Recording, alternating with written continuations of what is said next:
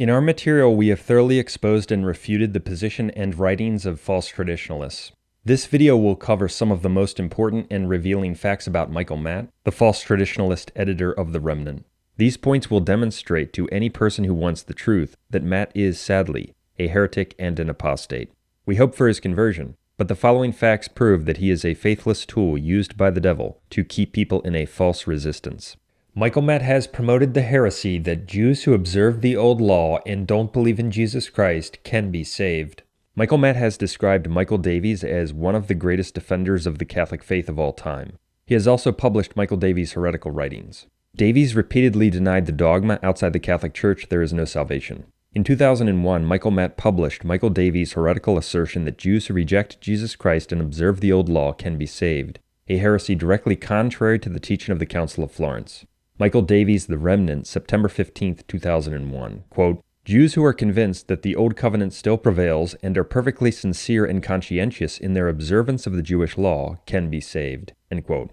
This is a blatant heresy that directly denies the solemn teaching of the Council of Florence, which declared that all who die as Jews or observe the old law go to hell. In fact, Davies' heretical statement that people can observe the old law and be saved was basically word for word the opposite of what is declared in the Bull Cantate Domino. It's as if the devil himself authored Davies' heretical statement. The Catholic Church repeatedly and dogmatically teaches that all who die as Jews and non-Catholics are not saved. That is what true Catholics believe and profess. That's why it's necessary for non-Catholics to be converted. Matt's publication and endorsement of Davies' clear heresy proves that he, like Davies, is a heretic who does not profess the true faith. Michael Matt holds that the idolater John Paul II was a saint. Matt holds that the notorious idolater and proponent of false ecumenism, Antipope John Paul II, is a saint. Matt has referred to John Paul II as a saint various times in public since the 2014, quote, canonization. Saint John Paul. Saint John Paul. I'm not questioning his personal holiness. This proves that Matt is an apostate and indeed an idolater, for he is aware that John Paul II notoriously promoted false ecumenism for decades, organized the idolatrous Assisi prayer meetings, agreed with the Lutherans on justification, and much more. Antipope John Paul II also presided over the worst sex scandal in church history, taught universal salvation, rejected converting Protestants, etc. One could go on for hours exposing his heresies and mortal sins. As we explain in The Antichrist Revealed, the beast that was and is not has returned. To profess that John Paul II is a saint in the face of the aforementioned facts, for example the idolatrous Assisi events, is to profess belief in false gods. It is to profess that one can be sanctified or made holy by serving false gods and promoting their cults, as Antipope John Paul II did. Matt's capitulation to the false position that the apostate Antipope John Paul II was a saint is just one example of how he is a faithless tool of Satan used to mislead people who claim to be traditional Catholics. By professing that the idolater John Paul II was a saint, he commits mortal sin and leads others into the same mortally sinful rejection of God and the Catholic faith. Michael Matt holds that the idolater and religious indifferentist Mother Teresa was a saint. In an article and video published by Matt's organization in 2016, Mother Teresa was described as saintly, holy, and courageous. This is demonic. As we document in great detail in our video why Mother Teresa was not a saint, Mother Teresa was a notorious heretic and a non-Christian. She was not remotely Catholic. She was a proponent of complete religious indifferentism. She rejected converting people to Catholicism. She considered the false gods of Hindus and other non-Christians to be the same as the true God. She endorsed paganism. She directly participated in idolatrous rites and mortally sinful false worship. She utterly denied the necessity of Jesus Christ and Catholicism, and much more. Matt holds that you can do all of that and still go to heaven, indeed become a, quote, saint.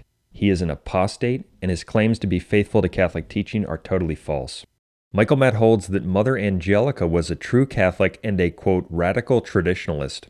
In our video, The Deception of Mother Angelica and EWTN, we document that Mother Angelica, the foundress of EWTN, was sadly a notorious heretic. She was a proponent of false ecumenism and some of the worst heresies of the Vatican II sect.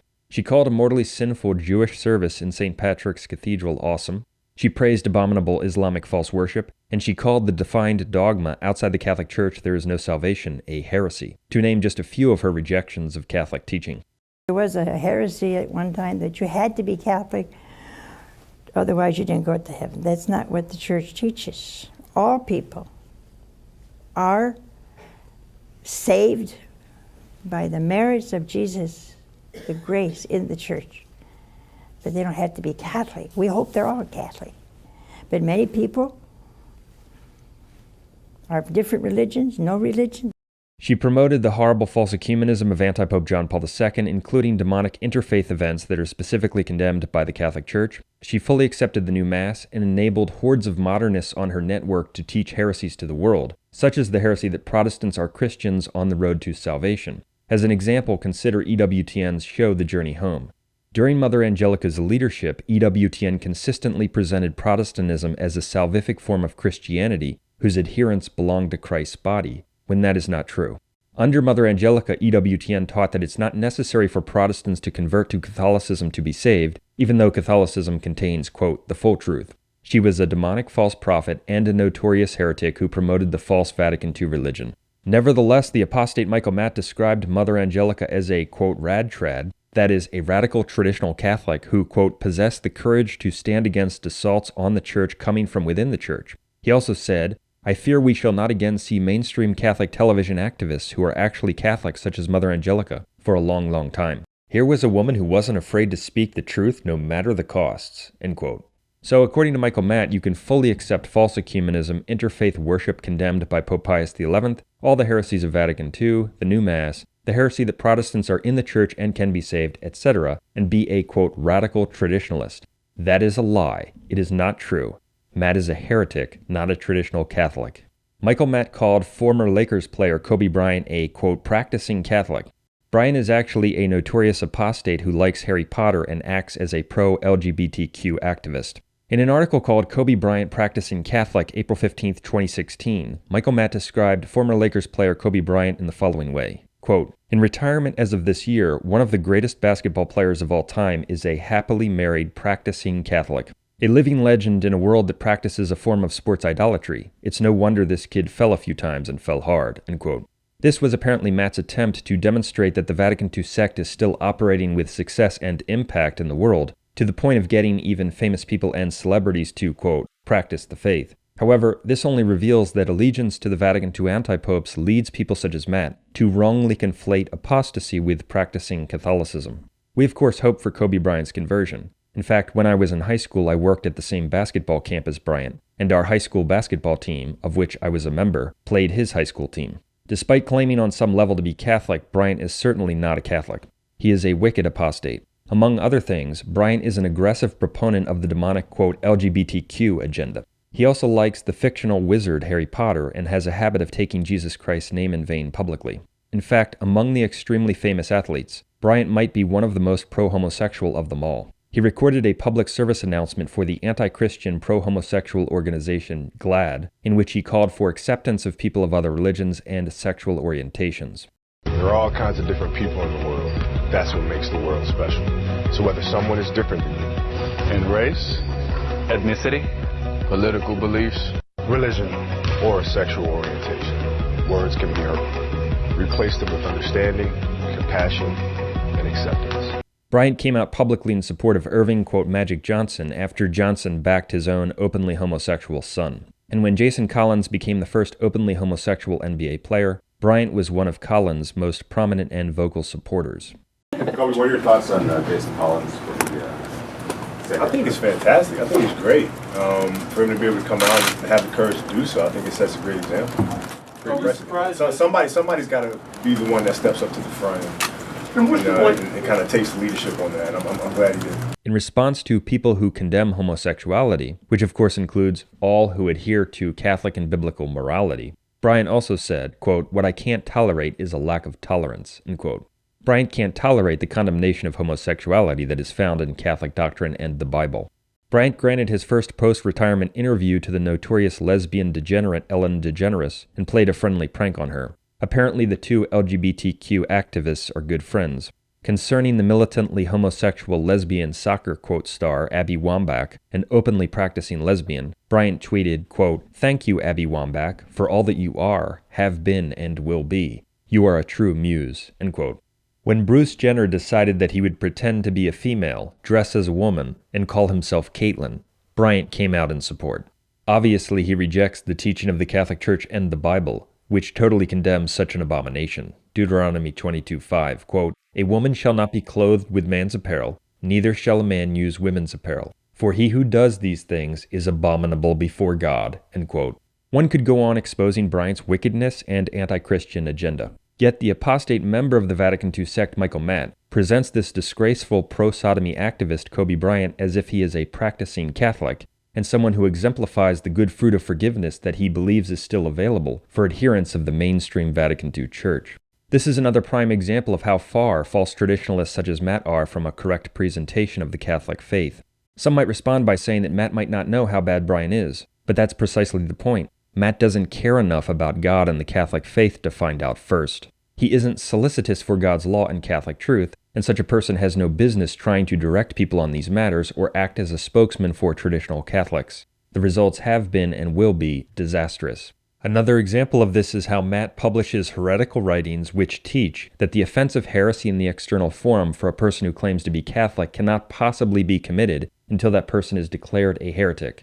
That is theological nonsense directly contrary to the teaching of the Church. Yet Matt publishes it, while at the same time he goes out in public and contradicts it by denouncing various people in the Vatican II Church as heretics, even though they have not been declared as such. Many of them, Chris, I don't believe they're Catholic. Like you say, I don't even know what Supich is. He doesn't seem to be a Catholic to me. He's an Arian.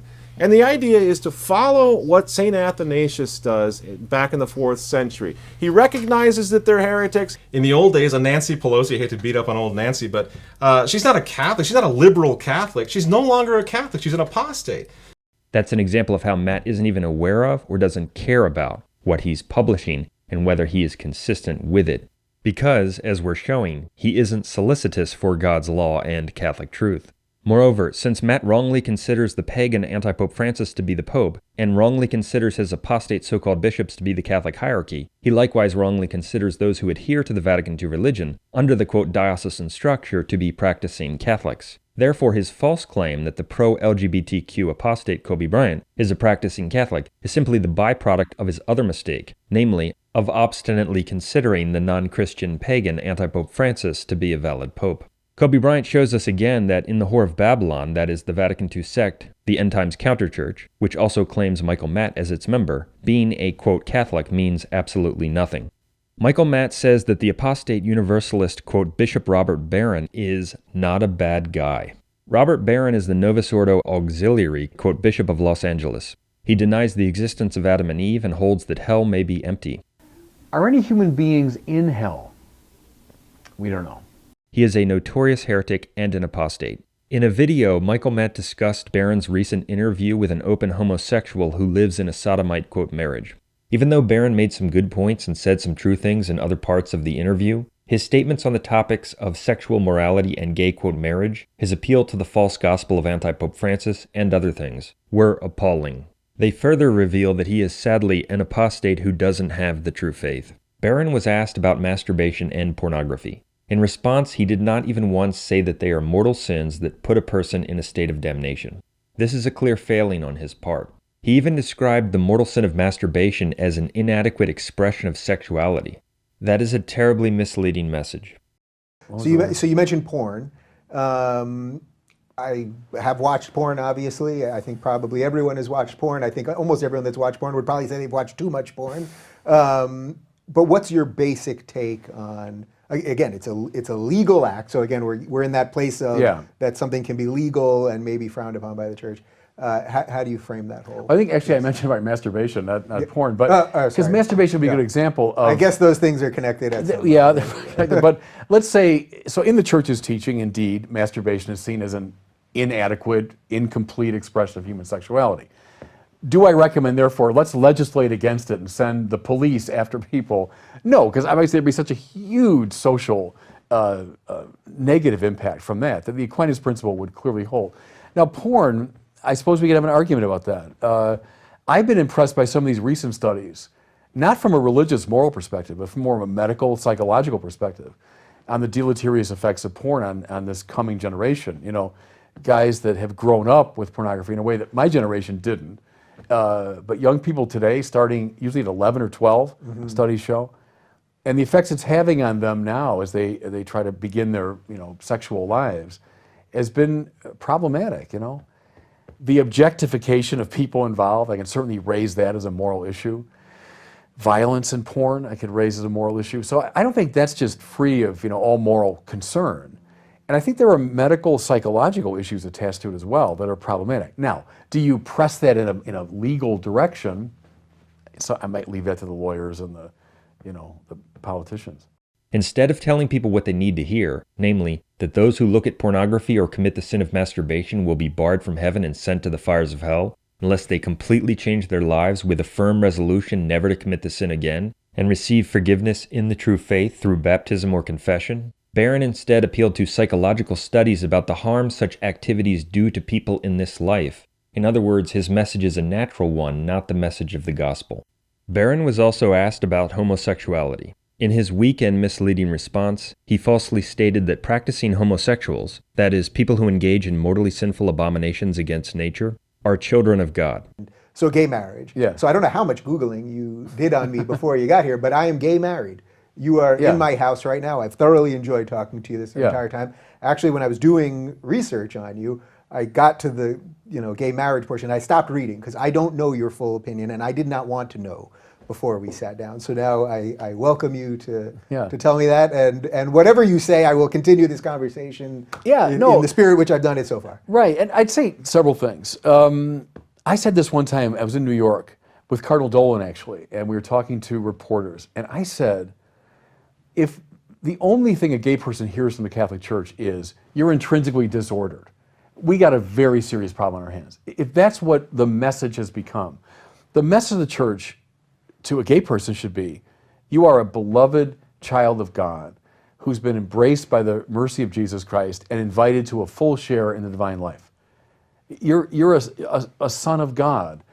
No, that is a false doctrine. Only baptized Catholics in the state of grace are children of God. Barron also described homosexual behavior not as an abomination, but as inadequate, and in a certain way a compromise, and not something he would want to, quote, fully say, that's great, off you go. This is truly horrible, and it's uncharitable to the homosexual who is interviewing him. The charitable response is to tell him clearly the true nature of what he is involved with and the consequences of it. In a certain way, I don't want to press it. The church says no to what? Says no to whatever that imperfection is, whatever that failure fully to integrate the meaning of sexuality. And see, in a certain way, I wouldn't want to press it further than that. That's the church's job, is to say no to what it perceives to be an inadequate, incomplete integration of the sexual act. So then do you not see gay marriage as one of the ones that you said was so pressing earlier when you said that abortion would be one that is so pressing that it could shift, it could alter the course of a country or something? Do you not see gay marriage at that level of severity? No, I do think it does have a negative impact on the wider society.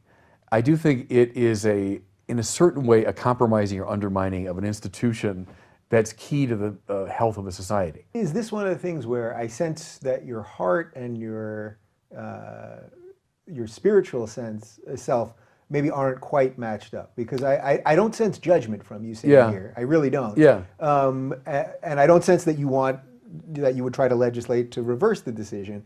But I also sense that you can't fully say to me, well, it's okay. Yeah, no, and that's probably right. The way you just put it there is probably right. I wouldn't want to fully just say, that's great, off you go. Yeah. At the same time, I wouldn't want to get onto a Crusaders tank and try to reverse that. The homosexual also asked Barron if he would like to see the legalization of, quote, gay marriage overturned in the U.S. Barron actually replied by saying no. He also minimized the abomination that is homosexual behavior by comparing such sins to other sins in general. He also never once said that homosexual behavior is a mortal sin that leads people to hell, and he certainly didn't describe it as a sin that cries to heaven for vengeance. So gay marriage was passed, what is it, a year and a half ago or so? Yeah. Almost 2 years now. I assume you felt it was the wrong decision by the court. Is that fair to say? I don't want to put words in your mouth. Yeah, no, I do, but I don't think I would want to press it much further. I think where we are right now in the States, I'll apply the Aquinas principle. I think it would probably cause much more problem and dissension and difficulty if we kept pressing it. I wouldn't want to get onto a Crusaders tank and try to reverse that. You're a son of God, called to eternal life. There's message one. Now, within that, are there further specifications to be made about anyone's moral life? I mean, my moral life needs a lot of work, trust me, you know? And I need to hear a lot of challenge from the church. But we'll do confession at the yeah, end. I'll shut the afterwards, cameras. Yeah, afterwards we'll have a good conversation about that. Barron is so weak and demonic, especially on matters of salvation and sexual morality, that he would not want to see the gay, quote, marriage law reversed. Incredible. Matt mildly criticized Barron for some of his statements in the interview, but then concluded that it's, quote, not because he's a bad guy, end quote. Bishop Barron is not a far-left lunatic, but he's hailed as a conservative neo-Catholic who is, as far as I can tell, who's trying to do the right thing, but he also seems to be running out of answers now. He's painting himself in a corner.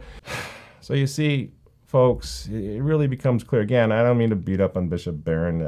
I'm glad that he defends the unborn and says some really good things. And I just think he creates or he presents an indication of where this is all going, even for the good guys. We didn't go out and try to find some radical nut, Mahoney or Weakland type to make a case here. We went for a guy who was conservative. Are any human beings in hell? We don't know. You listen to this poor fellow. Again, I'm more or less on his side here because he's not getting the Catholic teaching and he's kind of scratching his head going, what's up, Bish? What are you doing here? So what does he say, this homosexual man? He says, I don't sense judgment. No, neither do I. And he says, I don't sense that you try to reverse gay marriage laws. Nope, neither do I. I sense that you're conflicted. And you know what? I do too. Bishop Barron seems very conflicted. Not because he's a bad guy, but because he's trying to again implement this whole new orientation of the church and the moral teachings of the church. Think about that. According to Matt, Barron can embrace all of these horrible things and not be a bad guy. This is apostasy on Michael Matt's part. People need to realize that a man who says such a thing is an abomination under the control of Satan. Proverbs 17:15, quote, he who justifies the wicked and he who condemns the righteous are both alike an abomination to the Lord, end quote. Isaiah 5:20, woe to those who call evil good and good evil, who put darkness for light and light for darkness. Matt describes the wicked apostate Barron who embraces notorious heresies and does not profess the true faith as one of the good guys, a conservative, and not a bad guy. That is justifying the wicked, and it shows that Matt is an abomination before God. Matt's message is, once again, a lie. It does not present the truth. Just like he lied when he falsely described Mother Angelica as a rad trad, he's lying again by teaching that a person can be a liberal exponent of the heretical Vatican II religion, such as Barron, who denies basic dogmas of the faith, and be good. Matt's inability to say that Barron is a bad guy shows once again that there's not an ounce of faith in him. Even though Matt says some true things, he is an empty and dark apostate used by the devil to keep people in the Vatican II counterchurch and to keep people reading the writings of heretical false traditionalists who present false positions. A man of such faithlessness is certainly not a person to be guiding traditional Catholics or determining which writings they should read. He is, however, just the kind of person the devil employs to present false positions to the world. St. John Paul. I'm not questioning his personal holiness. Yes, Barron is a bad guy. He is an apostate who accepts all the heresies of Vatican II, believes that hell may be empty, promotes the new false gospel of anti-Pope Francis, cannot tell people that clear mortal sins lead to hell, and will not even say that the law allowing, quote, gay marriage is an abomination that should be overturned. Michael Matt teaches the heresy that there are non-Catholic martyrs. In a video posted in 2017, Michael Matt played clips of the 21 so-called, quote, Coptic Christian martyrs. For those who believe this event was real and not staged, these were 21 Coptic, quote, Christians allegedly killed by, quote, ISIS for not denying Jesus Christ. According to news accounts, the 21 men were not Catholic. They were members of the schismatic and heretical Coptic Oriental, quote, Orthodox Church, a sect that denies the papacy and other Catholic dogmas. In fact, the Oriental, quote, Orthodox sect to which they allegedly belonged, unlike many Eastern, quote, Orthodox sects, doesn't even accept the Council of Chalcedon and the dogma that Jesus Christ has two natures. So these 21 men, according to accounts, belonged to a sect that is heretical even on a fundamental point of Christology. According to Catholic teaching, such men are outside the body of Christ for denying the papacy and Catholic dogmas. They cannot be saved or be true martyrs, even if they shed blood in the name of Jesus Christ. This is a dogma. As Pope Eugene IV solemnly defined at the Council of Florence, quote, Nobody can be saved, no matter how much he has given away in alms, and even if he has shed blood in the name of Christ, unless he has persevered in the bosom and unity of the Catholic Church." End quote. Pope Pelagius II taught the same. Those who are not willing to be at agreement in the Church of God cannot remain with God. Although given over to flames and fires they burn, or thrown to wild beasts, they lay down their lives, there will not be for them that crown of faith but the punishment of faithlessness. Not a glorious result of religious virtue but the ruin of despair. Such a one can be slain, he cannot be crowned. In Matt's video, he acknowledges that they were not Roman Catholics. Nevertheless, he presents and describes them as true martyrs who died for Jesus Christ and his church. Now, these Christian Coptics that we just saw, they may not be cheerful, but they're clearly not terrified either. And we see in them the mark of the martyr, of the Christian martyr. But you can't help wondering, as you look at these Coptic Christians, how many Roman Catholics today would die like these men did? You know, what motivated them, really, regardless of the fact that they're Coptic Christians, what motivated them to die on that beach is what motivated all Catholic martyrs in history: love. Love of Christ, love for the church. This is blatant heresy. It's another example of how Michael Matt is not a Catholic, but a heretic who does not profess the true faith. This heresy that there are non-Catholic martyrs is one that Anti-Pope Francis teaches all the time. It's just one of the many facts which prove that Francis is not the Pope but an anti-Pope, since he's not even Catholic. It's interesting how the devil is using false traditionalist heretics such as Michael Matt to introduce this denial of Catholic dogma into so-called traditionalist circles. Michael Matt described the 7 years of Anti-Pope Benedict XVI's reign as, quote, glorious. As we document in our material based on research of 30 of his books and every official speech he gave as anti-pope, Benedict XVI was an astounding heretic. Indeed, one of the worst and most significant heretics in all of church history. Our video, The Heresies of Benedict XVI, is a must-see. It exposes some of his most revealing heresies. We could provide hundreds of examples of Benedict XVI's contradictions of Catholic teaching, but to name just a few: he fully embraced false ecumenism and religious indifferentism. He committed apostasy in synagogues and a mosque. He repeatedly praised false religions such as Islam. Places of worship, like the splendid Al-Hussein bin Talal Mosque, named after the revered late king, stand out like jewels across the earth's surface. From the ancient to the modern, the magnificent to the humble, they all point to divine. He taught that Protestantism is not even heresy. He agreed with the Lutherans on justification. He repeatedly attacked and denied the historical accuracy of Scripture. He taught that Protestants and schismatics have no obligation to accept the papacy and convert to Catholicism. He taught that there are ways to heaven besides Christianity. He taught that the Jewish reading of the Bible, according to which Jesus is not the Messiah and Son of God, is valid. He organized the worship of idols at Assisi. He engaged in condemned, mortally sinful false worship with heretics. He taught that Vatican II's blatant heresy, according to which Protestants and schismatics who reject the papacy are in the body of Christ, is binding. He denied Catholic teaching on the sacraments, and much more. He was a totally wicked apostate, a manifestly heretical non-Catholic anti-pope. Yet, concerning his heretical reign of terror, false ecumenism, and religious indifferentism, the apostate Michael Matt said this. So I want to ask you, because you've been at this as long as I have, maybe longer, you know, a lot of us have been at it for a quarter century. And a lot of the little things that people now, just after the 7 years, this glorious 7 years of Benedict's reign, where we all felt like things were going back towards the right direction. According to Michael Matt, anti-Pope Benedict XVI's reign was glorious. This proves again that Matt is a clueless apostate and a false teacher who does not care about the Catholic faith at all. And by means of such false conclusions, people remain in the counter-church and on the road to hell.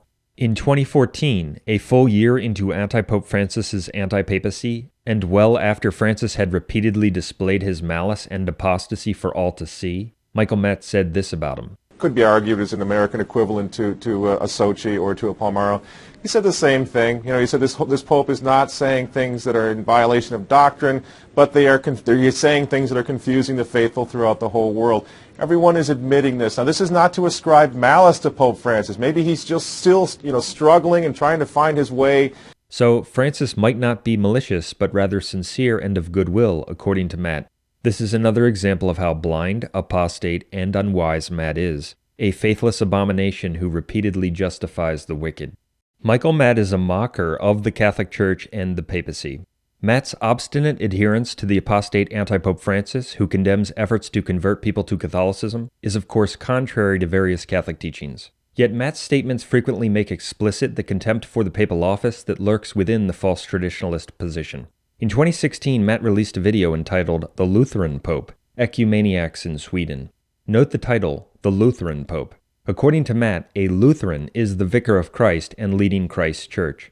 This is heretical nonsense, of course. Since Francis is a heretic who explicitly agrees with Martin Luther on justification, one could say that he's a Lutheran, but it's absurd and contrary to Catholic teaching to hold that such a man, a Lutheran, is the Pope. Heretics are outside the Church and cannot be valid popes. Io credo che le intenzioni di Martin Lutero non erano sbagliate e oggi luterani e cattolici, protestanti tutti, siamo d'accordo sulla dottrina della giustificazione. Su questo punto tanto importante lui non aveva sbagliato. Even though Matt describes Francis as a Lutheran, he repeatedly calls him the Holy Father.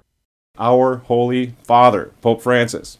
Matt thus recognizes his Lutheran, quote, Holy Father. Matt also holds that the Catholic Church has changed its teaching and thus defected. Here are just a few examples. The Church is not only under assault, she has changed, she has moved to the left so significantly that she is receiving the stamp of approval from the Hollywood left. What do you say? Do I need to report this? Do you need me to break it down for you to see what's wrong with the Pope giving the green light to cohabitating, shacking up couples? Did you ever think it was going to get to this? And yet that's where we are. The fall of the Catholic Church is happening right in front of our eyes. The only reason we have this chaos is because the Catholic Church has reneged on her own claim to be the sole means of salvation, the true church founded by Jesus Christ. Matt's statements are heretical. The Catholic Church cannot change or renege on its teaching. To say otherwise is blasphemy. Matt's obstinate adherence to the demonstrably false position that the Vatican II sect is the Catholic Church and that the Vatican II anti-popes are true popes has led him into these kinds of heresies and blasphemies. Matt also frequently mocks the antics of his so-called pope, including his official teaching. This media hound pope of ours who really is becoming something of a cartoonish caricature even of himself these days. He just can't seem to get enough of Francis. And perhaps the most appropriate reaction to today's ecumenical brouhaha in Sweden, one of the world's most secular nations, and by the way, thanks to trickle-down Lutheranism, perhaps the most important reaction or pertinent reaction came from a group of several hundred students laying around outside the cathedral there in Lund, some of them wearing papal hats, all of them drinking copious amounts of beer, and pretty much mocking the obvious media stunt that was going on inside. Somehow that seems quite appropriate. This papacy is, quite simply, an ongoing joke. But it's a joke with some very serious implications. Confucius say, banish all kinds of cruelty. What is this, poping by fortune cookie? When you have, I'm sorry, this is beginning to reach maniacal proportions. When you have someone that really is beginning to act like a maniac in the chair of St. Peter, and some of the things that he's saying, Chris, I mean, I don't know if you have a note there, you can give me your comment on this too, but what he said earlier in the week, and I don't have the quote in front of me, where he actually compares, in Matthew, he compares our Lord's divine commission to go out and baptize all nations in the name of the Father and of the Son and the Holy Ghost. He compares this to jihad, the same sort of militant conquest that Islam is so famous for. I mean, what do we do with this? To me, this is the last straw. This is unprecedented. What in the world do we do with this guy? Since he regards Francis as the Pope and even endorses writings which teach that Francis must be regarded as such, Matt is just mocking the papacy and his own false position in the process. The truth is that the Catholic Church is perfectly and perpetually immune from error and heresy. It cannot be made false to her spouse. It has never been contaminated, nor could it be. It is unable to be mistaken, Pius XI. And it is preserved from blemish in the holiness of her doctrine, Pius X. It cannot be subject to any failing health or dimming of the mind, Gregory XVI. The Vatican II sect is not the Catholic Church, but the end-times counter-church. Matt hasn't figured that out, no matter how completely obvious God has allowed it to become under anti-Pope Francis. Matt's false position on the Vatican II sect and his lack of belief in Catholic teaching on the papacy also moves him to blasphemously proclaim the, quote, fall of the Catholic Church, that the Catholic Church is changing its position, that the Catholic Church has been destroyed, etc. This is part of the modern Church of Vatican II raising the white flag of surrender to the modern world, reneging on her claim, obviously, to be the one true church, outside of which there's no salvation. That's all gone now. I mean, this is crazy, Chris. You start putting it all in context. We've got free and easy annulments, maybe de facto Catholic divorce coming up. You've got atheists going to heaven. Protestants don't need to convert. He's got this. We started the monologue talking about the fact that now our Jewish brothers and sisters are on their own. You fend for yourself, folks. You don't need the Catholic Church. You don't need Christ. You don't need to be under the Roman Pontiff.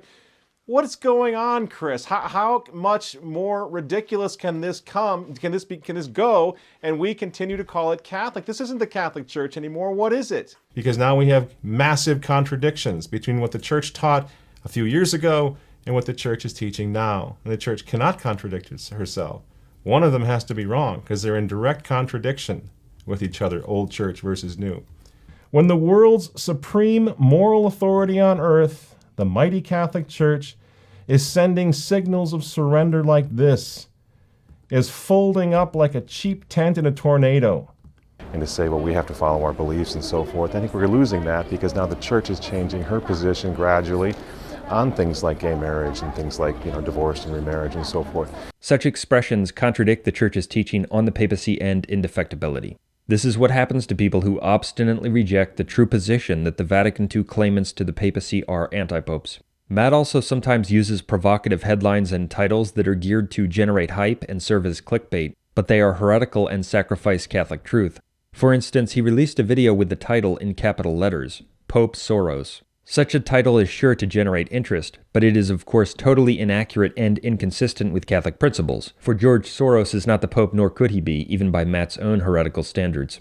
However, as we've shown, fidelity to Catholic truth and doing God's will is not Matt's priority. Rather, maintaining his false traditionalist enterprise and his position as an influential false traditionalist commentator and publisher is his priority. The predicament of false traditionalists such as Matt, who are still pretending that Francis is a valid pope, has become so absurd that Matt published the following statement by his fellow false traditionalist heretic Chris Ferrara. In reference to the heretical teaching in Francis's Amoris Laetitia, Ferrara stated this, quote, "This is a mockery of the magisterium and should be treated as such, with mockery, derision, and calls for rejection by the entire Church," end quote.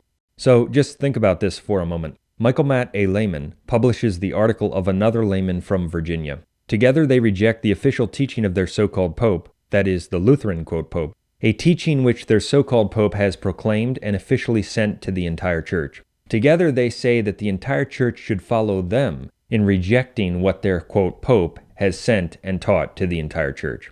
Alas, how many refuse, as a result of bad will, to embrace the true position, no matter how obvious it has become. Michael Matt doesn't blame a man for ceasing to be Catholic. Michael Matt recently had a public argument with two members of the Vatican II sect named Dale Alquist and Steve Moore. Alquist and Moore were defending Antipope Francis's new heretical teaching in Amoris Laetitia, that people who are living in an invalid, quote, marriage or an adulterous situation may receive, quote, communion. Matt was criticizing it. To get an idea of the kind of heresy Matt's opponents were promoting, here's a clip from Dale Alquist. Alquist, a horrible heretic who at one time had his own show on EWTN, described it as, quote, crazy that a woman living as if she is married with a man who is already married, that is, in a clear state of mortal sin, would not be allowed to receive, quote, communion. I'll tell you a story of a woman I know very well. Catholic convert, married to a man who was previously married. She wants to become Catholic. She has become Catholic. She's received in the Church, but she cannot receive communion. Now, it's absolutely no fault of her own that she's married to a man who cannot get an annulment. It just doesn't make any sense that there cannot be some provision for her. But there isn't. She was told she has to divorce her husband in order to receive communion. That's crazy. I'm sorry. That's crazy. The other man, Moore, was teaching a similarly heretical position. Our church started out in the early years in its teaching on human sexuality very unmerciful. I mean, you can see that in the writings of St. Ambrose, St. Augustine. Here's what Michael Matt said about Moore. Again, I don't blame him. He's just gradually ceasing to be Catholic. That's just the way it is, and that's the way it is with millions of Catholics now. Did you get that? Again, I don't blame him. He's just gradually ceasing to be Catholic. Matt says that he does not blame a man for, quote, gradually ceasing to be Catholic. Matt is thus directly excusing heresy, apostasy, and mortal sin. He is justifying the wicked. It's a sin, and contrary to the Catholic faith, to say that you don't blame a man for ceasing to be Catholic. It's another example of how Matt is, sadly, not a Catholic. The statements of the aforementioned individuals also demonstrate once again why it's necessary to reject Francis as an anti-pope who holds no authority, because multitudes of people under him, like the heretics Alquist and Moore, will adopt the heretical false teaching he presents to the world if they believe that he holds authority over the church. They are not all going to look up Michael Matt or a lawyer from Virginia to figure out when they need to, quote, resist or reject the official teachings emanating from their so-called pope. Multitudes will follow Francis's false gospel to their damnation. And this pope is trying to use the truth to be merciful. Thus, by obstinately telling the world that Francis is the pope, people like Matt contribute to the damnation of those who follow Francis's false gospel to perdition. In other words, they fail to warn their fellow man in the manner that he needs to be warned. That is, that Francis is a man who holds no authority, who should not be given any respect in regard to the church at all. In a video, Michael Matt also quoted a portion of Pope Paul IV's 1559 bull Cum Ex Apostolatus. For those who don't know, this bull is about how a man who appears to have deviated from the Catholic faith or fallen into some heresy prior to the papal election cannot be validly elected pope. The election of a heretic to the papacy, therefore, is absolutely invalid. In making reference to the bull, Matt selectively quoted it. False traditionalists do this kind of thing frequently. Watch how Matt only quotes the part of the bull where Pope Paul IV says that a pope may be contradicted if he deviates from the faith. Pope Paul IV tells us we are right to resist the Pope whenever he deviates from the faith. He says, quote, "The Roman pontiff, who is the representative upon earth of our Lord God Jesus Christ, who holds the fullness of power over peoples and kingdoms, who may judge all and be judged by none in this world, may nonetheless be contradicted if he be found to have deviated from the faith," end quote. Pope Francis, without a doubt, is deviating from the faith.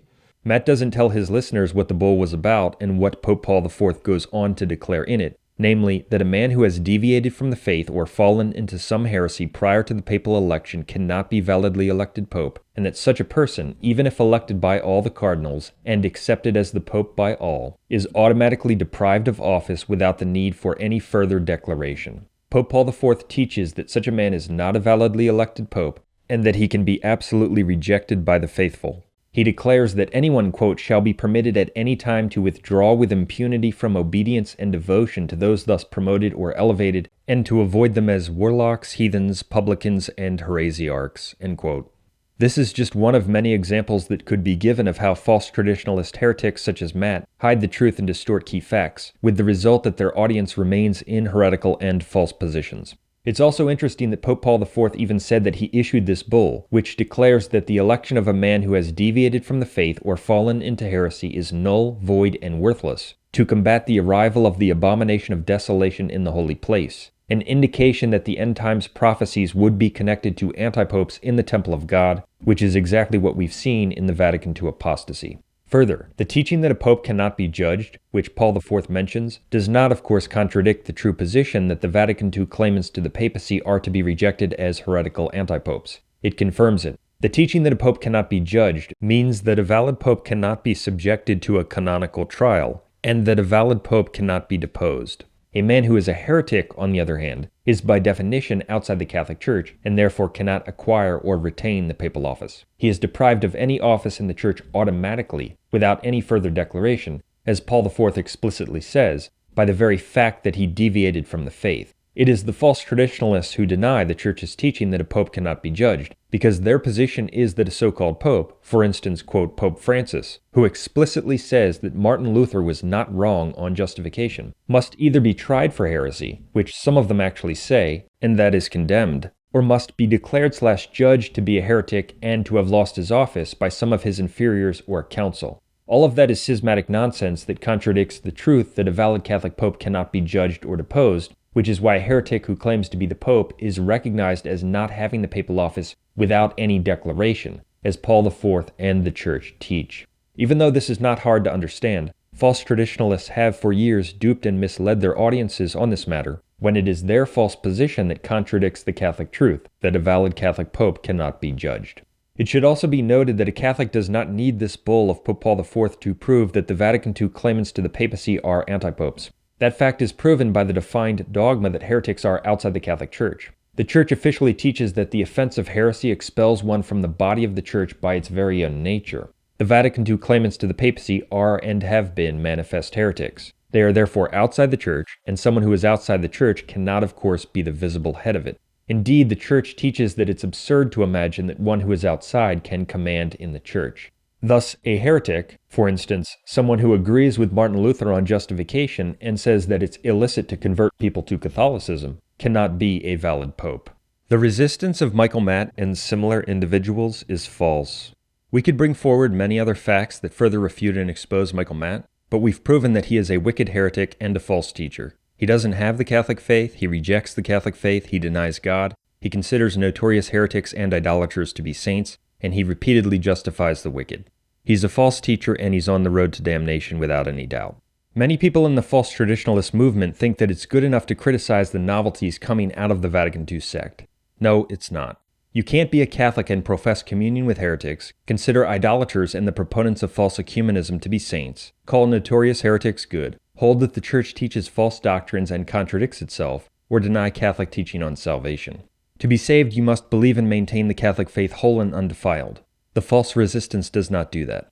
When explaining why he doesn't reject Francis as an antipope, Matt says that Francis is not going to cause him to leave his church. And we can't desert the church. It's not that easy just to declare that it's an anti-pope or whatever and desert the church. Run off and hide somewhere. Start our own little church. Listen, I'm not going to go start my own church. I'm not going anywhere. Francis is not going to chase me out of my own church. That's because Matt doesn't have any idea what the Catholic Church is, and this really cuts to a fundamental difference between the two positions. Yes, we have two totally different views of what the Catholic Church is. This is a key point to understand. Matt and false traditionalists like him define the Catholic Church by buildings and robes. According to them, whoever is officiating in the building that the Catholic Church owns is a representative of the Church, even if that person promotes a false religion, doesn't profess the true faith, blatantly denies dogmas, agrees with Luther on justification, or preaches anything whatsoever while claiming to be Catholic. But that's a false doctrine and actually a false Christ. It causes them to subordinate the faith of Jesus Christ to a physical structure, with the result that they have united themselves to a non-Catholic and apostate club that has taken up residence in what were Catholic buildings. That's why they are now constantly mocking, rejecting, and condemning the non-Catholic theology emanating from that non-Catholic club, which they have wrongly identified as the Catholic Church. True Catholics, on the other hand, know that the Catholic Church is not defined by buildings and robes. It is rather comprised of those who have the true faith, profess the true faith, and don't dissent from any of her teachings, whether or not they are in buildings or robes, and even when the buildings are taken over by those promoting a false religion, exactly as it is prophesied to happen. This truth is found in Scripture's teaching that you, the true faithful, are the temple of the living God, which we see in numerous books of the New Testament. The true believers are the temple/church of the living God. And no, contrary to what certain clueless false traditionalists assert, this is not a Protestant idea. This is God's teaching in Scripture, and it is reaffirmed in the magisterial teaching of the Church, which declares that only those who profess the true faith are to be considered in the Church, and that all those who depart in even the least way from the doctrine proposed by the authentic magisterium are to be considered as having no part of Catholic communion and as banished from the Church. This is what the Church has always taught. Since only those who profess the true faith are to be considered members of the Catholic Church, all those who obstinately consider Francis to be the Pope hold that he professes the true faith, and that is a horrible denial of the Catholic faith. The Vatican II antipopes don't profess the true faith. They profess a false religion of religious indifferentism, false ecumenism, and notorious heresies. To say that Francis or the other Vatican II antipopes have professed the true faith in the face of the facts is simply to deny Christ and apostatize, as we showed in our video, accepting Francis equals apostasy. It is to conflate a false religion with the true faith. It is to hold that multitudes of pro-abortion, pro-LGBTQ, and other apostates in the Novus Ordo sect are Catholics who profess the true faith. It is to hold that one can remain Catholic and, quote, profess the true faith while preaching that gays can be, quote, married, that abortion is fine, that Luther was right on justification or any heresy whatsoever. For if Francis is not a heretic but a member of the Church who professes the true faith, despite teaching notorious heresies on various topics for years, then a person who claims to be Catholic can embrace and preach anything whatsoever without becoming a heretic, without ceasing to be a member of the Church, and without ceasing to profess the true faith. That is a horrible and demonic heresy, but it is the position of all those who obstinately consider Francis to be the Pope. They hold that there is no obligation to adhere to Catholic teaching to be in the Catholic Church, and that is a heresy. Further, in the apostolic period when the Church was newborn and beginning to grow, it did not possess many physical structures. There were house churches, and the Church was visible not in grand physical buildings, but in the true believers, the true Catholics, as it always essentially is. Eventually, the Church built many physical structures, including the Temple of God in Rome over St. Peter's grave, St. Peter's Basilica, where the apocalyptic prophecies about Rome's fall from the faith have been fulfilled with stunning precision in our day. But in the last days, all of those physical structures are given to the beast and to the whore of Babylon, in accord with apocalyptic prophecy, in punishment for the bad will and sins of men. As a result, the Church has ended up as she began, that is, lacking almost any physical structures, but retaining her essential characteristics in the true Catholic faithful who make up the visible remnant Church. Thus, in our own day, we can likewise say of true traditional Catholics who reject the counter-church, "You are the temple of the living God." The true temple of God, the true Catholic Church, is visible where the true Catholics are, and you are listening to one right now. So no, you are not staying with the Catholic Church by staying with a notorious heretic who preaches religious indifferentism, says that Luther was not mistaken on justification, holds that adulterers may receive, quote, communion, teaches that Protestants and schismatics are in the body of Christ, declares it illicit to convert people, teaches that atheists go to heaven, preaches a blatantly false gospel, and much more. You are staying with a building and uniting yourself to a false church, indeed the end times whore of Babylon, the spiritual component of the beast. Most of the differences between sedevacantists and non-sedevacantists come down to this issue, that is, to two different views of what the Catholic Church is. The non-sedevacantist view is false, since they deny in reality the requirement to profess the true faith to be in the Catholic Church, and heretically define the Catholic Church by buildings and robes. They maintain that notorious heretics such as Blaise Supich and Timothy Dolan and Walter Casper represent the Church. They believe that to be, quote, with the Church, you must be united to such notorious apostates because, after all, they are officiating in the buildings and wearing the robes, even though they preach and embrace a false religion. What utter heretical folly and stupidity! And it all results from their faithlessness and bad will, their false Christ which subordinates the necessity of professing the true faith of Jesus Christ to buildings and robes. And if you want further proof that we are correct, that the, quote, church to which Michael Matt clings, the, quote, church that Matt says Francis will not chase him out of, is not the Catholic Church but a non-Catholic sect, we offer you the words of Michael Matt himself. I mean, this is crazy, Chris. You start putting it all in context. We've got free and easy annulments, maybe de facto Catholic divorce coming up. You've got atheists going to heaven. Protestants don't need to convert. He's got this. We started the monologue talking about the fact that now our Jewish brothers and sisters are on their own. You fend for yourself, folks. You don't need the Catholic Church. You don't need Christ. You don't need to be under the Roman Pontiff. What's going on, Chris? How much more ridiculous can this come? Can this go? And we continue to call it Catholic. This isn't the Catholic Church anymore. What is it? Let's hear those statements again. I'm not going anywhere. Francis is not going to chase me out of my own church. This isn't the Catholic Church anymore. What is it? As his own words prove, he is in a non-Catholic sect. People like him have united themselves to a heretical non-Catholic sect and confused it with the Catholic Church because they faithlessly define the Church by buildings and reject the requirement to profess the true faith. And all of the frustration and consternation they experience when confronted by the heresies and chaos of their non-Catholic sect is connected to their heretical mistake. The only reason we have this chaos is because the Catholic Church has reneged on her own claim to be the sole means of salvation, the true church founded by Jesus Christ. No, the Catholic Church has not reneged on its teaching, nor could it. You have simply confused a non-Catholic sect with the Catholic Church because you heretically define the Catholic Church by buildings and deny that one must actually profess the true faith to be in the Catholic Church. Matt also says that whatever label you give Francis, it makes no difference. You look, if we were to come out tonight, if I were to come out here and say, okay, we got a very important announcement, ladies and gentlemen, breaking news, Pope Francis is not the Pope, and the chair of Peter is empty. That's my opinion.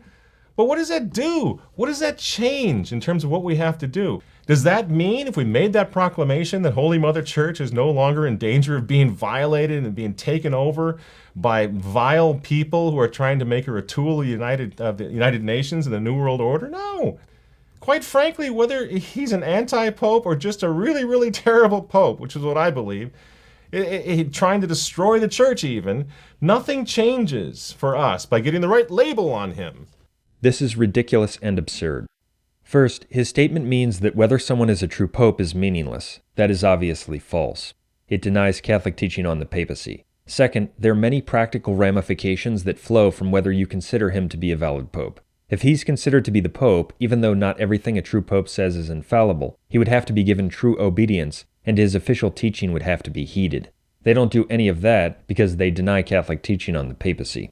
Further, whether one considers the Vatican II claimants to the papacy to be true popes often directly impacts one's conclusion on the validity and safety of the new sacramental rites, and much more. Third, recognizing that he's an anti-pope and that the Vatican II sect is not Catholic directly impacts one's presentation of the faith to non-Catholics. People who adhere to the Vatican II anti-popes cannot consistently present the Catholic faith to non-Catholics, but true Catholics can. There are many direct, practical ramifications of what position you take on this, but the most important factor is one that's often overlooked. It is this: a person's relationship with God is rooted in the integrity of what's going on in his or her soul. If a person harbors a contradiction in his or her mind and heart, obstinately believing that a notorious denier of the Christian faith, such as Francis, is in Christ's church, contrary to the church's teaching, that affects and indeed taints one's entire relationship with God. It results in insincerity and inconsistency at the person's core, and that impacts the person at every moment of every day. It influences how that person looks at everything and corrupts all of that person's dealings with God. To please God, you must worship him in spirit and in truth, John 4:24. To interiorly cling to a contradiction, such as that the unbeliever Francis is the head of the believers, is to impair that worship at its very foundation. That's why the truth always matters, even if it doesn't change your schedule on a particular day. But a faithless heretic such as Matt wouldn't understand that. Also, don't be deceived by the apparent openness of Matt and similar false traditionalists. In public, they like to come across as if they are so open and accepting and tolerant of alternative views and other voices, and that they're all about unity. No, the truth is that they are only tolerant of alternative views and voices if those views and voices don't threaten their status and their false traditionalist enterprises. If they feel that someone or something represents a competing view, which, if adopted, would lead people to reject or look negatively upon their position, they have no tolerance for that. And for these men to be criticized by the little stains running around now pretending to be Catholic, I'm sorry, charity fails sometimes in trying to be patient with these people. You say to Vacante, you guys are good guys, I don't want to start a fight with you. But you can either get on board with this or you can simply get out of the way. As we can see, he and people like him want to be the ones who provide the conclusions on the current situation, when, as this video has proven, they are not true Catholics but heretics, their position is false, and they have neither faith nor true charity. Some people who lack faith and love of God might also consider this assessment of Matt and similar false traditionalists to be too harsh. No, it's not. When people present themselves as teachers of the faith, as Matt does, they have an obligation to put out what is consistent with God's revelation and the Church's teaching. Otherwise, they shouldn't be involved with trying to direct people on these matters. The issues are too serious. Matt hasn't just made some innocent mistakes. Even though he has informed many that there are serious problems with the Vatican II sect and promoted some good things, he has obstinately and clearly rejected the truth and misled people with false conclusions for almost 20 years, and probably much longer. He is of bad will. The consequences of heresies on these matters could not be higher. God casts those who deny his faith into unquenchable fire, Matthew 3:12, a furnace of fire, Matthew 13:50, and a lake burning with fire and sulfur, Apocalypse 21:8. That's what God does to people who don't adhere to his truth and do his will. These are the most important matters, and it's paramount that one only puts out the truth. If a person is unable to do that as a result of human respect or for some other reason, then that person has no business trying to direct people on these matters. Michael Matt is a prime example of the people described in Apocalypse 17:8. As our material explains, the Apocalypse tells us that the beast that was, that is, pagan Rome or the pagan Roman Empire, and is not, that is, which ceased to be under Christian Europe, returns in the last days in a new form. The primary prophecy in the Apocalypse concerning the end times beast is that Rome will lose the faith and become pagan again. This was also prophesied at La Salette. Rome will lose the faith and become the seat of the Antichrist. This apocalyptic prophecy that Rome will lose the faith and become the seat of the beast and the Antichrist is not something that's going to happen. It has happened. We are living through it. The political dimension of the end times beast is the godless European Union. The spiritual component of the beast is the Vatican II counterchurch. This is the new version of the pagan Roman Empire. Apocalypse 17:8 says, quote, "And the dwellers on earth whose names have not been written in the book of life from the foundation of the world shall wonder to see the beast, because it was, and is not, and is to come." End quote. As we have discussed elsewhere, the word here for wonder signifies shock, astonishment, amazement, or disturbed confusion at the beast and what it is doing. Now, the beast equals pagan Rome. The beast that was the pagan Roman Empire.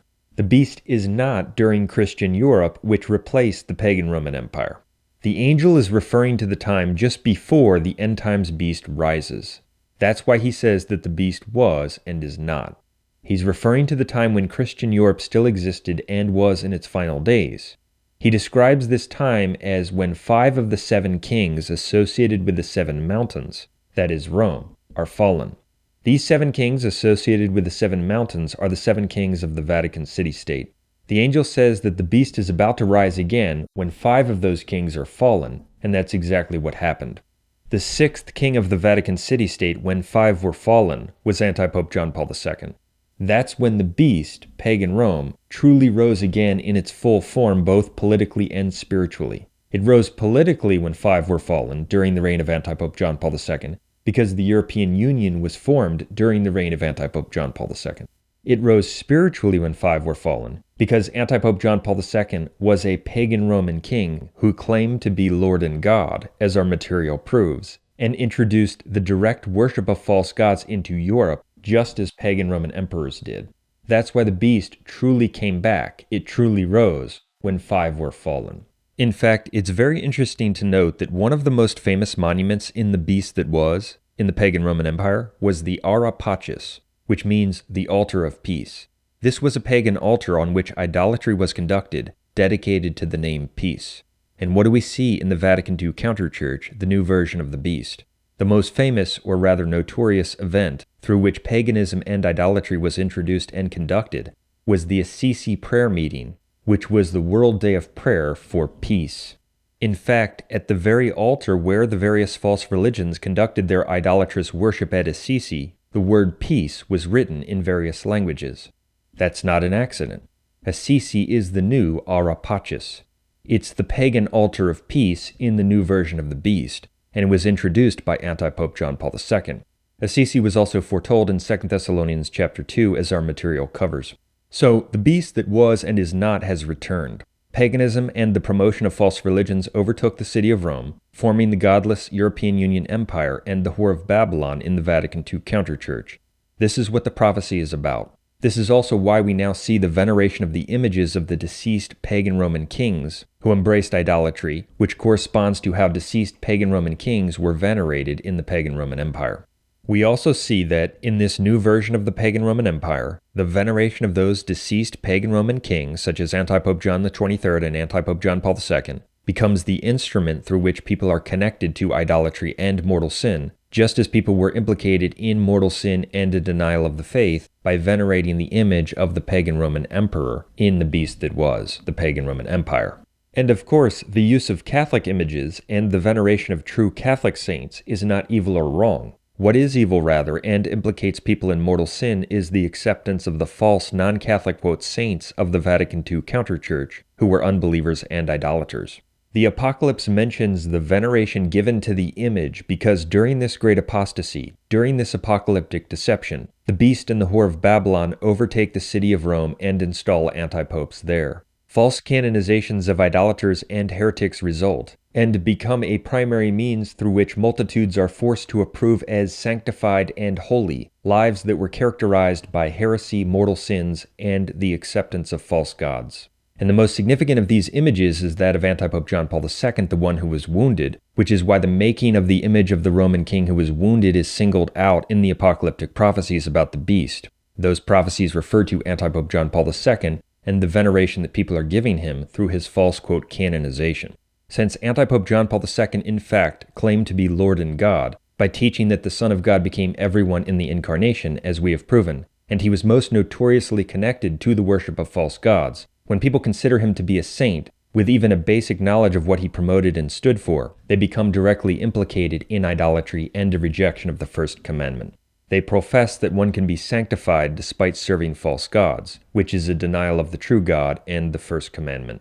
False traditionalists such as Matt lead others into this idolatry by venerating Antipope John Paul II and other pagan idolaters of the new version of the beast, such as Mother Teresa, as saints. When one understands that the beast equals the pagan Roman Empire or simply pagan Rome, the striking fulfillment of the prophecy becomes quite clear. Think of the prophecy this way, understanding the beast to be pagan Rome. And the dwellers on earth, whose names have not been written in the book of life from the foundation of the world, shall wonder to see pagan Rome, because it was, and is not, and is to come. Do you get it? St. John's prophecy is about Rome losing the faith and becoming the seat of the beast. The entire prophecy is about what has happened in Rome after Vatican II and what we are seeing right now. That transformation of Rome, of course, had ramifications for all of Europe and the world. When one understands that the prophecy is about Rome becoming pagan or losing the faith, one can see why it makes perfect sense that the people who are following Vatican II Rome, the beast that has risen there, are wondering. They are perplexed, astonished, and shocked to see Rome, which they expect to be Catholic, acting pagan. The media doesn't help at all because the media is on the other side and uses the Pope's words to bash Catholic activists in America and all over the West. We have sometimes been shocked by things that we have heard. That's the fulfillment of the prophecy. The entire post-Vatican II confusion and revolution is referred to in this verse. The loss of faith in the city of Rome, Rome's return to paganism, idolatry, and unbelief in accord with this prophecy, causes shock, confusion, and wonder among those who are not written in the book of life. It causes shock and confusion among those who lack the grace and faith to recognize that a counter-church, not the Catholic Church, is now in Rome and has taken control of the temple of God and the Church's physical structures. Father Murray, what is this, in your estimation? And are good intentions enough to receive Holy Communion in the Catholic Church? This is really a disaster, I'll say it straight out. It's a direct contradiction of what the Church has always taught. This is casting aside the message of the gospel. You're not allowed to commit adultery. That's the sixth commandment. You know, one thing that really puzzles me in this whole discussion is the resistance to describing things as they are. This is confusing. Yeah. There's something very odd going on here. So there's some very strange confusion that is spreading out and out from this desire to regularize the irregular. This is what we seem to be seeing, and it is very confusing to the people at home and the people watching all over the world, not just here in the United States or at this table. Since they don't understand and can't see that what's occupying Rome and the Vatican now is not the Catholic Church but the end times beast, they are mystified and utterly perplexed to see paganism and apostasy and all manner of heresy coming from the place where they expect Catholicism to be taught. This is the prophesied wonder at the beast. In fact, consider this extremely revealing article by a, quote, conservative group in the Vatican II Counterchurch. Entitled, "Just What Exactly is Happening at the Vatican?" It states, quote, "Everyone is asking, just what exactly is happening in the Catholic Church these days, and especially at the Vatican? It's not just our Catholic readers who are wondering this." Let me repeat that. It's not just our Catholic readers who are wondering this. It's also our many non-Catholic readers and pro-life and pro-family activists, end quote. Michael Matt and others in the Vatican II Counterchurch are prime examples of this prophesied wonder and confusion among followers of the beast. In fact, the statements and overall reaction of Michael Matt correspond precisely to what's prophesied in Apocalypse 17:8. What's happening? What are these men doing? It's very difficult to understand. I just read this for like the second or third time today, and I'm still having trouble believing it's not fake news. The Pope giving the green light to shacking up.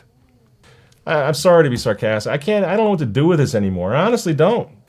But friends, why?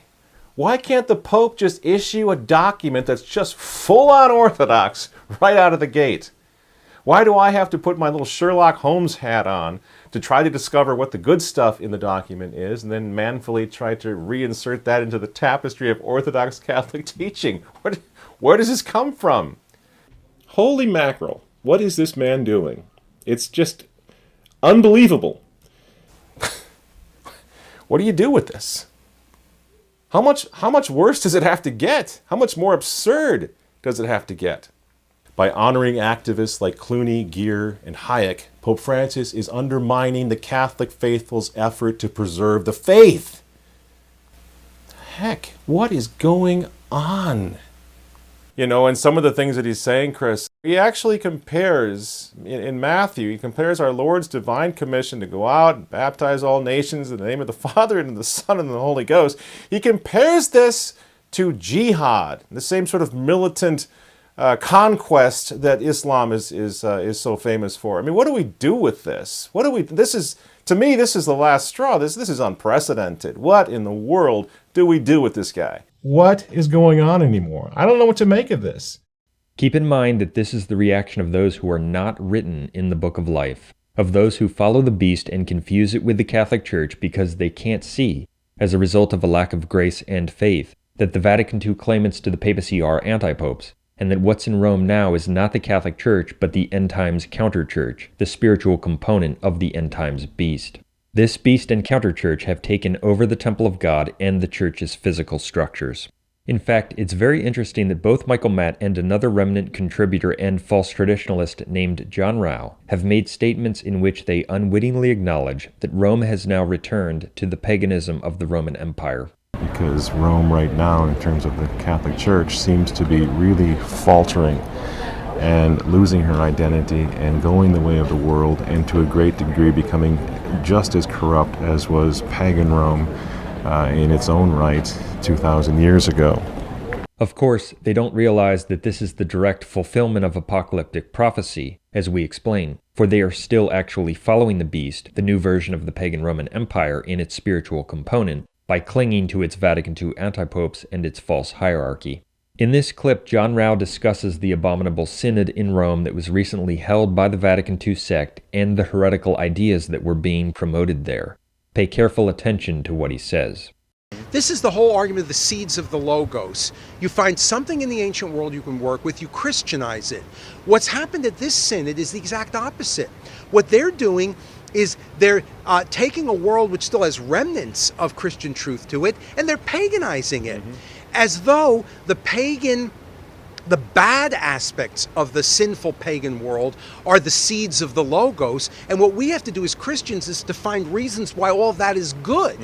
So that rather than saying that love is something which is good that has to be understood in a Christian sense, they're taking pagan expressions of physical fallen love and then baptizing them and justifying them. And in doing so, another thing you can't see here on this film right now is that behind us there's what is referred to as the Ponte Rotto, the broken bridge. What they've done is they've broken the bridge. They've broken the bridge of the whole of the Christian teaching with its own past and with everything that was possibly good in the pagan, and they are now trying to rebuild that bridge in order to baptize what was evil in the pagan world and what's evil even more in the world around us. The beast that was and is not has returned, and they are following it, they are united to it, and they confuse it with the Catholic Church. And then they wonder why this beast is promoting paganism and a false religion. Heck, what is going on? Il proselitismo è il veleno più forte contro il cammino ecumenico. This is what we seem to be seeing, and it is very confusing to the people at home and the people watching all over the world, not just here in the United States or at this table. I don't know what to do with this anymore. I honestly don't. What's happening? What are these men doing? It's very difficult to understand. You know, and some of the things that he's saying, Chris. E oggi luterani e cattolici, protestanti, tutti siamo d'accordo sulla dottrina della giustificazione. Su questo punto tanto importante lui non aveva sbagliato. There's something very odd going on here. Again, I don't blame him. He's just gradually ceasing to be Catholic. Holy mackerel, what is this man doing? What do you do with this? The only reason we have this chaos is because the Catholic Church has reneged. This is confusing. What's happened at this synod is the exact opposite. What they're doing is they're taking a world which still has remnants of Christian truth to it, and they're paganizing it. I'm not going anywhere. Francis is not going to chase me out of my own church. This isn't the Catholic Church anymore. What is it? St. John Paul. St. John Paul. I'm not questioning his personal holiness.